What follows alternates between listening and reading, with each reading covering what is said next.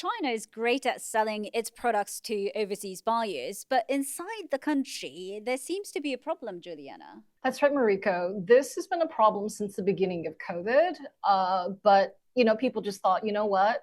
Let's wait until the economy recovers and exits COVID and see what happens. But since then, things have gotten kind of worse and worse, and this is largely down to property market and a lack of jobs. And the government has been trying to encourage people to buy more products, haven't they? So today we're asking, why can't Beijing get people to spend money?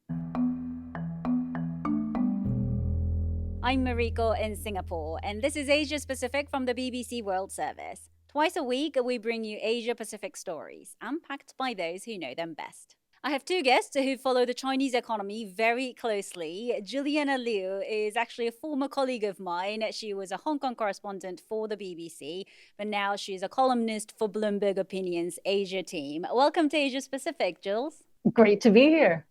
I also have Max Zenglein. He's the Asia Pacific economist at the Conference Board, which is a think tank and research organization. Thank you so much for coming on the pod, Max. Thanks for having me. So we've been talking about China's economic challenges for quite some time, but today we're doing this episode because recent data show that the economy is growing at the weakest pace in over 3 years. So Juliana, can you maybe paint the picture of the broader trend, some of the issues facing the Chinese economy? We have essentially kind of two things going on. Exports are going absolutely gangbusters. So if anyone on this pod is in the market for a new electric vehicle, depending on what country you're in, you might have the likes of BYD or Chery offering it to you at a really, really good price. At the same time, though, the domestic economy is extremely weak. And people just don't have the will to really go out and shop, to shop and to purchase as they used to do, certainly as they used to do before the start of COVID. And this is creating some real challenges, not just for policymakers within China, but also for the countries that trade with China, because they're seeing their markets being overrun by a lot of Chinese exports.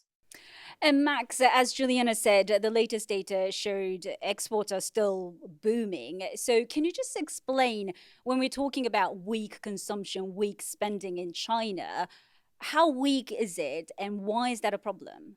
I think maybe just for context a bit, this is a structural problem of China's economy, and it's also nothing new. It just became, I think, more pronounced after the pandemic. There was this hope that there would be revenge spending and people just would, return to old patterns, and based also on, the economy or the population becoming more wealthy, that they would return to spending. But this has not materialized, and it was basically also left unaddressed, and hence has become more entrenched. So the real estate market, which is the key asset class where people put their money to increase their wealth, deteriorated. It's been contracting for 4 years now. Then you have the youth unemployment, and if you're, let's say, if you're a middle-aged family, you have your real estate deteriorating, your kids that you sent to university is not getting a job, and you're really feeling the pinch, and you're not going to go out and be a happy spender, especially on big ticket items. So I think this is part of the problem that has been going on for years now, and just made the problems worse that we're seeing right now. But why is it important for China to see consumers spending money and I guess rely less on trade? The economy is still expanding in comparison to some other major economies. So I think one issue would already be, because you mentioned what is the problem. It depends on whose problem it is. And I think at the moment I don't think it's a key policy priority for the leadership in Beijing. They have other priorities. It's actually strengthening the manufacturing base. It's strengthening economic security as there's more geopolitical tensions. So the domestic side is not so much prioritized. And I think, to be fair, it's weak, but it's also not collapsing. But nonetheless, because of the scale of the Chinese economy, it's having a global impact through the massive exports that we already talked about. And Jules, you recently wrote a column about this, haven't you? About how Beijing is not maybe putting the priority on boosting consumer spending. But can you maybe put this in comparison to other major economies? How much consumer spending accounts for the Chinese economy versus other major economies?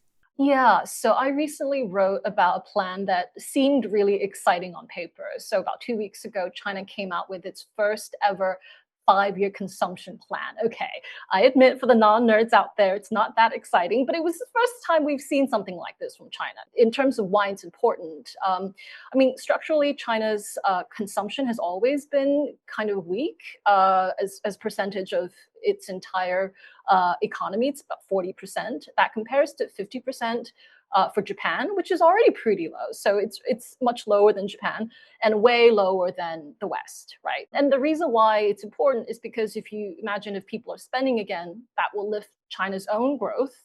And also make its problems with its trading partners a lot smaller. So if Chinese shoppers were out spending again, they would be buying more products from Europe, buying more products from the West, from Southeast Asia, the rest of Asia, and the US. And you would expect to see some of these issues become less of a problem. I mean, it's quite ironic, right? Because as you said, a lot of global consumers outside of China are buying quite a lot of Chinese products, and yet within China, they're not spending as much money. So, what are the products that overseas buyers are actually really keen to purchase from China, and yet within China, those domestic consumers aren't, Jules? People outside China are pretty much buying everything. Obviously the big kind of ticket items, cars, like electronics, but also stuff that is being sold by Shein and Temu. Enrico, you must have Gen Alpha children, but my children taught me a new phrase recently. So they call it's from Temu when something is not very good, something is poor quality or just generally not good. So it's become a bit of a catchphrase, although to be fair, some other products are very serviceable and good enough quality for the price.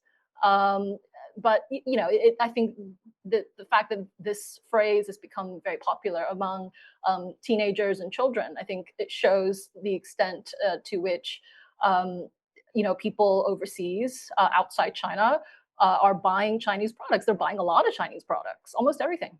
So of course we have kind of the cheap consumer goods that are maybe not so great in quality in some case, but still good enough in some cases. But you do have Chinese good also moving up the value chain, in some sectors dominating this. We see it in EVs, where you have massive exports and also demand for it, and they're challenging very complacent traditional car manufacturing brands at the moment. So they are feeling that. But it does connect also, let's say, the scale of which how this is happening connects also to the domestic weakness. And e-vehicles is actually a great example. So this is something where China rapidly built up its capacity and capabilities. But the domestic market at the moment is very weak. And the latest numbers that came out for June, it's contracting. And the share of exports, I think for June, it reached around 40% of the e-vehicles that are produced in China that are being exported. So that's where I think where this weakness comes in at the moment. And entrenched problem of, I think, the consumer here is that it has not been the priority. Chinese economic policy prioritizes exactly something like building EVs and leapfrogging into new technologies, but really strengthening consumption is not so much the focus. And as the new 5-year plan that we all were excited about, the detail is then disappointing.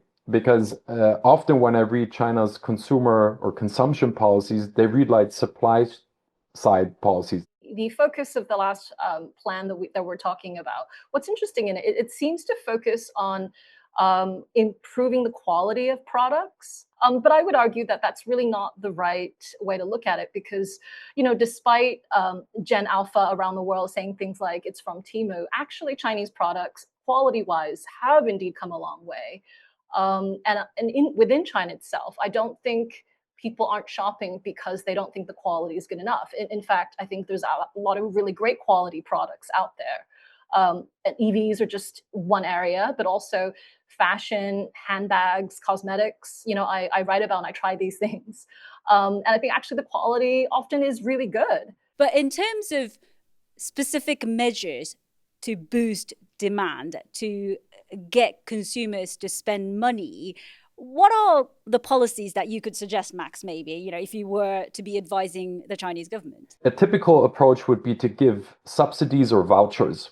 But again, this is a short-term impact that really benefits the supplier, so the production, and not so much the consumer in the long run. If you're still struggling with your kid not finding a job and your real estate losing value, and it goes really into the boring stuff and also the really hard stuff to fix an economy, and that is fixing retirement, social security, these type of issues that are a massive undertaking. And this has been in the books for China for quite some time, but they've been kicking down the can.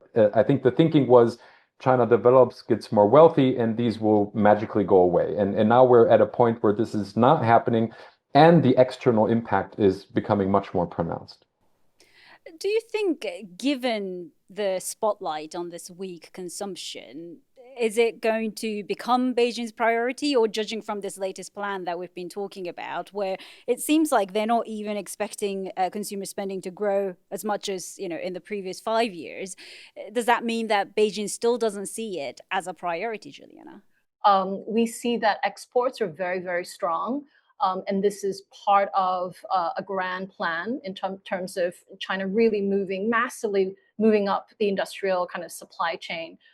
There's a huge focus on technology and AI and the industrial side of things. So as long as that side of things is going, and it is for the moment, I think it actually gives the government some breathing space. I think if we start to see exports fall off, I think China will then will have no choice really but to undertake some of these difficult, boring, expensive policy changes that it would need to undertake in order for people to start spending again. And Juliana touched on this slightly earlier, but Max, if you can just explain why, for viewers and listeners outside of China, why should the rest of the world care that Chinese consumers aren't spending as much money? How does it affect the rest of the world? You as an individual might think, what's the problem? It's fantastic. I don't know, my phone is cheaper, my laptop is cheaper, my whatever is cheaper, everything's getting cheaper. That's great. For you as an individual, but as the entire economy, it will erode the industrial base and the foundation of the country you're living in. And I think that's a problem. And I think there's a lot of attention to, at the moment, it's for the automotive sector in Europe, how they're struggling with Chinese EVs that are good in quality, cheap in price. But it's not only a story for the richer countries. If you think about in Southeast Asia, actually Indonesia has been one of the countries that has been making one of the most trade complaints against China because it's been affecting their textile industries, their metal industries. So this is something that you as a consumer might be benefiting from, but if the jobs in the industries in your country become affected by that, that's a problem. Jules, Max talked about the frustration of those middle class in China not hit that kind of tipping point. Do you foresee that happening in the future? And as Max asked, when Beijing actually has to address weak consumption issue by boosting household income and so on, do you think they can do it? I feel like the pressure, if it comes, will be external. It will be, big and small trading partners complaining. Max is absolutely right. The impact will differ depending on the country. For rich countries, the impact will be different than for kind of middle income countries. Because a lot of countries, especially in developing areas, they also want to climb up the value chain. That's kind of a technical way of saying that they also want to have factories produce. They want to be competitive eventually against Chinese products. And if China is flooding its products everywhere, then they will have less opportunities to do that. And I do believe China has the ability to change. It can. It's just it doesn't need to right now because exports are doing well. But absolutely, Max has put it really, really well. There are a lot of things that China can do. It's been great to get your thoughts on this ongoing issue. Thank you so much, Juliana and Max. You've been watching Asia Pacific from the BBC World Service with me, Mariko Oi, in Singapore. If you have any questions or thoughts on what we covered in this episode or any other stories from the region, please leave us a comment below. You can also get in touch with us on email, asiapacific@bbc.co.uk, and click like and subscribe so you never miss an episode. See you next time.